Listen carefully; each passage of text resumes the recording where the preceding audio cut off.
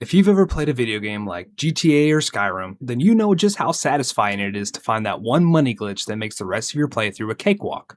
Maybe you duplicated some items, or you found an AFK glitch, or maybe there's just that one strategy that lets you get infinite cash, and it kind of feels like cheating. Now, imagine if I had told you that there's something incredibly similar to this in real life.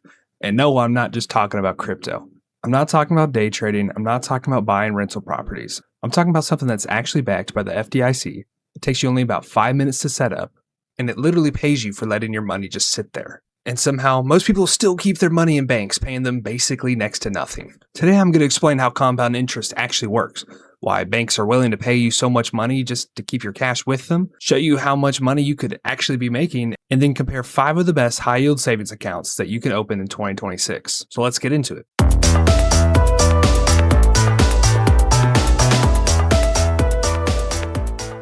So what is compound interest? Before we start comparing banks, we need to answer this one question. What even is compound interest? Because you've probably heard people say things like compound interest is the eighth wonder of the world, or start investing early because of compound interest, or even your money makes money, otherwise known as let your money work for you. But nobody ever actually explains to you what this means. So let's make it stupid simple. Imagine that I handed you $1,000. Instead of spending it, you put it into a savings account that earns you 4% interest every year. And FYI, there are banks that compound yearly and some monthly. So after 1 year, that bank pays you about $40. Now your account doesn't have $1,000 anymore. It has $1,040. That's pretty straightforward math. But here's where the magic actually starts. The next year, the bank doesn't actually pay you interest on just the original $1,000. They're going to pay you interest on that $1,040 that you already have in. So instead of earning just another $40, you're going to earn slightly more. And the year after that, you're going to earn interest on an even larger amount. Then again, and again, and again. It's like a snowball that's rolling down a hill. It starts small, but every time it rolls, it picks up even more snow, which means it gets bigger. And because it's bigger, it picks up even more snow the next time around. That's exactly how compound interest works. Your money earns money for you. And then that money starts earning some money too. And eventually, your interest is generating way more than your original deposit ever did. And that's why people who started saving early have such a huge advantage. And it's not because they're smarter, and it's not because they've just simply invested more, but because they gave compound interest more time to actually do its own thing and work for them. Time is honestly the biggest secret ingredient here. A lot of people seem to think that getting rich is all about finding that perfect investment, but most of the time it's just about giving your money enough years to grow. But here's the question that actually confused me the most when I first started learning about this. Why would a bank just give me money? Well, they're a business. Businesses don't just hand out free cash, and you're probably wondering what's the catch.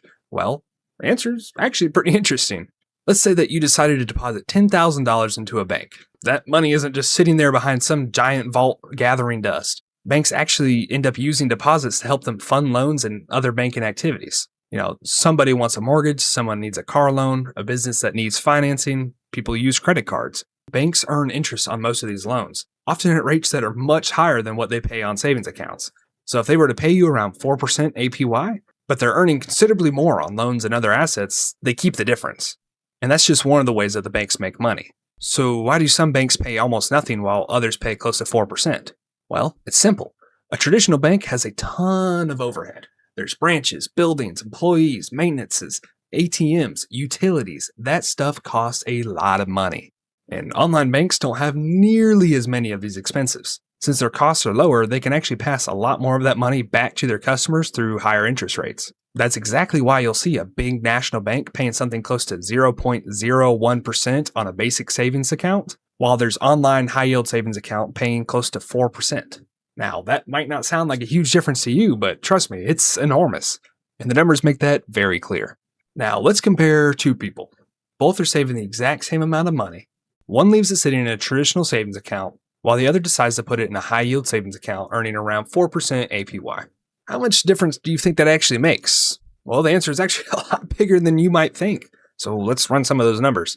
Let's say that person one put $5,000 from their high school retail job into a traditional bank account, and they just let it sit there until after college. So let's say roughly 5 years if you're going by the traditional path. Well, if the bank that they use actually does pay them some sort of dividend or interest rate, which is usually going to be about 0.01% a year, by the end of that 5 years, they would have a whopping $5,002.50. They made $2.50 from letting it sit there to do nothing. Now, let's look at person number two. Same scenario, same high school retail job, and they start with the same initial investment of $5,000. Except that this time, they put their money into a high yield savings account at an online bank that's getting them an average of 4% APY. Now, they go to collect that $5,000 at the end of those 5 years of college, and they are at $6,104.98. They made a whole $1,102.48 more than the person that actually used the traditional bank. If you thought that that was crazy, imagine that person too, with the same initial investment of $5,000, decided to save just $100 a month and put it in the same account. At the end of the 5 years, they would have $12,734.88. Now, with the power of compound interest and just minimal monthly savings, you can truly make your money actually work for you. I wonder how much money you would make if you did the same thing with $50,000 instead of $5,000. Here's a hint. It's $67,679.73. Now, maybe you're watching this and you're thinking, well, that's cool, but I don't just have 10 grand laying around like most of us. But that's completely fine. Let's use a smaller number. Say that you start with $1,000 and you're going into an account that's about 4% APY, which is usually industry standard, maybe a little less. After 1 year, you'll have earned roughly $40. Now, $40 isn't going to be life-changing, but remember that you didn't have to do anything to get that $40. There was no side hustle. You didn't have to work overtime. There was no flipping things on the side for Facebook Marketplace, and you kind of just let your money sit there in the right place. In the next year, you're earning interest on $1,040 instead of just that original $1,000. Next time around, you're looking at interest on $1,082. Then it goes higher and higher. And that's why it's called compounding interest. It starts off slow, but it keeps on building. Think of high school math with exponential equations. Those charts that you see, they don't just go up like this. They go up like this. Now, this is when things actually get really interesting. Let's say that instead of putting in one big chunk of money, you save $200 every month. That's pretty reasonable, even in today's economy. Not $2,000, not $1,000, just $200. That's like skipping a few DoorDash orders a month. Maybe it's working one extra shift a month. Maybe it's cutting back on some subscriptions that you don't use. If you save $200 every month into an account earning around 4% APY, after 10 years, you'd have contributed about $24,000 of your own money. But thanks to compound interest, your balance would be even higher because your money has been growing that entire time. Stretch that out to 20 years and the difference becomes even more noticeable. Go all the way to 30 years and you've built yourself a surprisingly large savings balance simply by being consistent. Now, do you notice something? The biggest factor here wasn't finding some secret investment. It wasn't getting lucky. It wasn't timing the market perfectly. It was just consistency and giving compound interest enough time to work. This is why people always tell teenagers and young adults to start saving early. So when you're 18, 20, or 30 years feels like forever. But compound interest loves time. Let me show you what I mean by that. Imagine that there's two people again. Person A starts saving at 20 years while person B waits until they're about 30. Let's say that they both save the exact same amount of money every single month. Even though person B does eventually catch up on their contributions, person A often ends up with significantly more money simply because their money had an extra decade to compound. Think about it. 10 years doesn't just mean 10 more deposit, it means 10 more years of interest earning interest. That's why waiting around is so expensive. Every year that you delay, you're potentially losing years of future growth. Now, before anyone goes jumping into the comments section to tell me how wrong I am, I do want to make something very clear. A high-yield savings account is not going to make you rich overnight. If your goal is to build long-term wealth over decades, diversified investments in the stock market have historically produced higher returns, but they also come with its ups and downs. A high-yield savings account has a different job. It's designed for money you'll likely need in the near future. Things like your emergency fund, a vacation, a down payment on a house, a new car, tuition, or money that you're still deciding what to do with. The best way to think about it is if your money had a parking spot. Instead of letting your money sit in an account earning almost nothing, you decide to let it grow while staying accessible and, within FDIC limits, protected if your bank fails. For money that you may need soon, this is a huge advantage. Now, at this point, you might be thinking, okay, I'm convinced. But there are hundreds of banks out there. Which one is actually worth opening an account with? Now, I've been spending some time comparing some of the most popular high-yield savings accounts that are available right now. Some of these have the highest interest rates, some offer huge cash bonuses. Others are just incredibly easy for everyday use. So let's go through 5 of the best options with their pros and cons and which type of person each one is best for. Starting with number 5, Barclays Tiered Savings. Now, Barclays has been around for a very long time, and one thing that I really like about this account is its simplicity. There's not some confusing reward system that a lot of other accounts have, and there's no need to jump through a bunch of hoops, and best of all, there's no monthly maintenance fees. Right now, they're offering about a 3.5% APY, which is still miles better than what you're getting from your traditional savings account. The pros are that it's an established, well-known bank, there's no monthly fees, no minimum balance to start earning interest, and it's pretty easy to understand. Now, for the cons, the biggest downside is that it simply isn't paying as much as some of the other competitors on this list. When you're comparing accounts that all do basically the same thing, even a 0.5% difference can add up over time, especially if you're keeping a large emergency fund. So if your only goal is getting the absolute highest interest rate, there are going to be some stronger options. Coming in at number 4, next up is Western Alliance Bank. This account offers a competitive 3.8% APY, and one thing that I do like about it is that you get started with almost no money.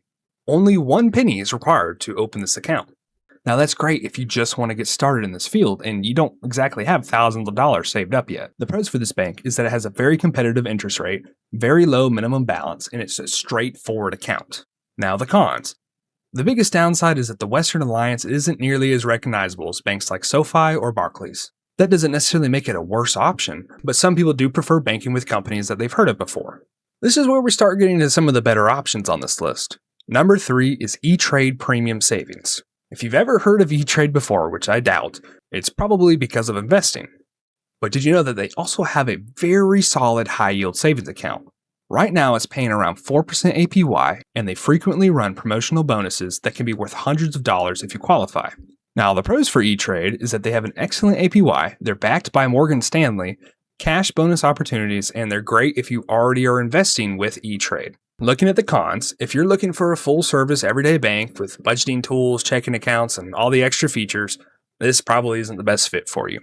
Now, where this account really shines is, as we previously mentioned, as a place to park your savings, and not necessarily as your primary bank. Now, coming in the number 2 slot is going to be CIT Bank. Now, this account currently offers one of the highest interest rates on this list. And if you're able to meet the balance requirements, it's an excellent place to start growing an emergency fund or a larger cash savings. Now, the pros are up to 4.1% APY. It's great for larger balances, they have a strong reputation, and they consistently have competitive rates. Now, the biggest catch with this bank is that you generally need about $5,000 in an account to qualify for the highest advertised rate of 4.1%. So if you're just starting out and you only have a few $100s, you may not be able to receive this top APY. So while it is an amazing account, it's not necessarily the best account for everybody. Now, my number 1 pick today is going to be SoFi. And honestly, it's not because of their interest rate. Yes, they often do have some of the best sign-on bonuses, but what really separates SoFi is that it feels like it's a complete banking experience. You can have your checking account, you can have your savings account, direct deposit, and everything is managed inside a really well-polished app. So if you're someone who's thinking that I just want one bank to hold everything, SoFi is going to be really hard to beat. Now, the full pros list of this bank can go on, but they have a competitive APY, great mobile app, checking and savings together, they have a large sign-on bonus, and they have excellent user experience. Now, one thing to know is that the highest APY usually requires qualifying activities like setting up a direct deposit. So before opening any account, always read the requirements to make sure that you're actually getting the advertised rate. Now, which one would I personally pick? Here's how I would look at it. If I already had a large emergency fund and just wanted the highest rate, I would probably seriously consider CIT Bank. Now, if I wanted one account to manage my everyday finances, I'd probably go with SoFi. But if I was already invested with E-Trade, keeping my savings there would make a lot more sense.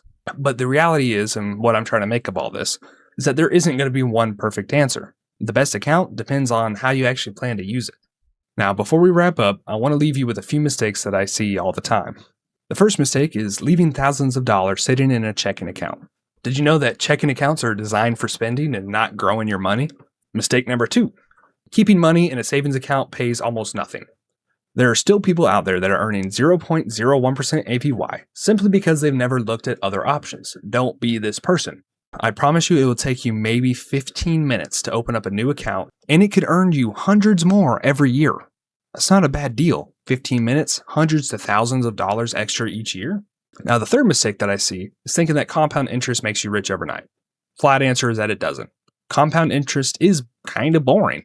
It's slow, and honestly, that's what makes it so powerful, because it works whether you're paying attention to it or not. Now, the fourth mistake that I see is waiting for the perfect time to start. The best time for you to start was years ago. the second best time is going to be today. Even if it's only $50, $100, getting started matters more than getting started perfectly. So let's go all the way back to the beginning of the video. That's when I called compound interest a real-life money glitch, and I still believe that is true. Now, you're not going to wake up tomorrow with $1 million. But while everyone else is letting their cash sit around in an account earning pennies on the dollar, your money could be quietly working for you every single day. And over the course of the years, these small gains can turn into something much, much bigger. So if you got any value out of this video at all, make sure to leave a like and subscribe, because every week I'm going to be breaking down careers, personal finance, investing, and ways that I like to try to build wealth for myself and hopefully for you all in a way that's actually pretty easy to understand. And I leave you with a question. What bank are you actually using right now? And do you know what interest rate it's paying you? Thanks for watching, and I'm going to see you guys in the next one.